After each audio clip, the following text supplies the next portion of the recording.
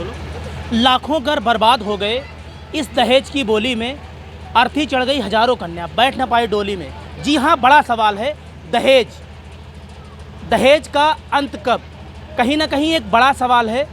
दहेज के कारण लाखों बेटियां बिना शादी के रह जाती, अविवाहित रह जाती हैं, जिसको लेकर एक उन्नाव के एक ग्राम विकास अधिकारी ने एक मुहिम छेड़ी है। कहीं ना कहीं बड़ी बात है। हम उनसे बात करेंगे और जानने का प्रयास करेंगे आखिर उनके मन में यह विचार कहाँ से आया, कैसे उपजा यह विचार और कहाँ तक उनकी मुहिम सार्थक साबित हुए। उनसे बात करेंगे।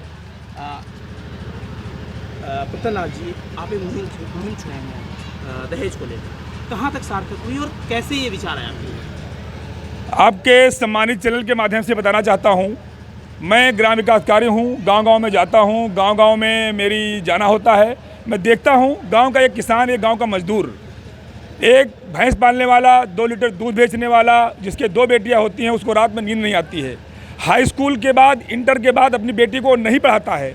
क्यों नहीं पढ़ाता है? कि हम ज़्यादा पढ़ा देंगे तो अपनी ज़्यादा बेटियों को हमको ज़्यादा पढ़ा लिखा लड़का ढूंढना पड़ेगा, तो ज़्यादा दहेज देना पड़ेगा। हमारे समाज की लड़कियां इसलिए नहीं पढ़ पा रही कि उनको दहेज देना पड़ रहा है।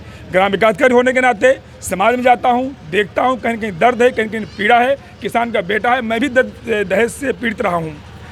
ये हमारी किसान की बेटियाँ पढ़ें लिखें, शिक्षित हों और इनका विवाह बिना दहेज के हो। जो उसकी इच्छा है वर पक्ष, कन्या पक्ष की, वो उनको दे करके विदा करे। ये हम मुहिम उन्नाव जनपद में 2 महीने से चला रहे हैं।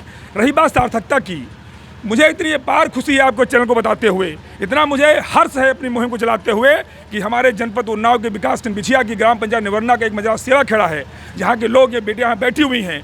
पूरे गाँव के गाँव ने शपथ ली है कि हम न दहेज लेंगे न दहेज देंगे। जो दहेज लेने आएंगे उनको डंडा मार के भगाएंगे, जो हमारी स्वेच्छा श्रद्धा की वो देंगे। और एक चीज़ आपके चैनल के माध्यम से बताना चाहता हूँ, उस गांव के बाहर दहेज मुक्त ग्राम का एक बोर्ड लगने जा रहा है। डीएम साहब को गांव ने ज्ञापन दिया है। डीएम साहब हमारे क्षेत्र के विधायक माननीय अनिल सिंह जी हमारी इस मुहिम के पूरे साथ हैं और उन्होंने साथ दिया है। और बहुत जल्दी एक कार्यक्रम होकर के पूरा का पूरा गाँव दहेज मुक्त घोषित होने जा रहा है।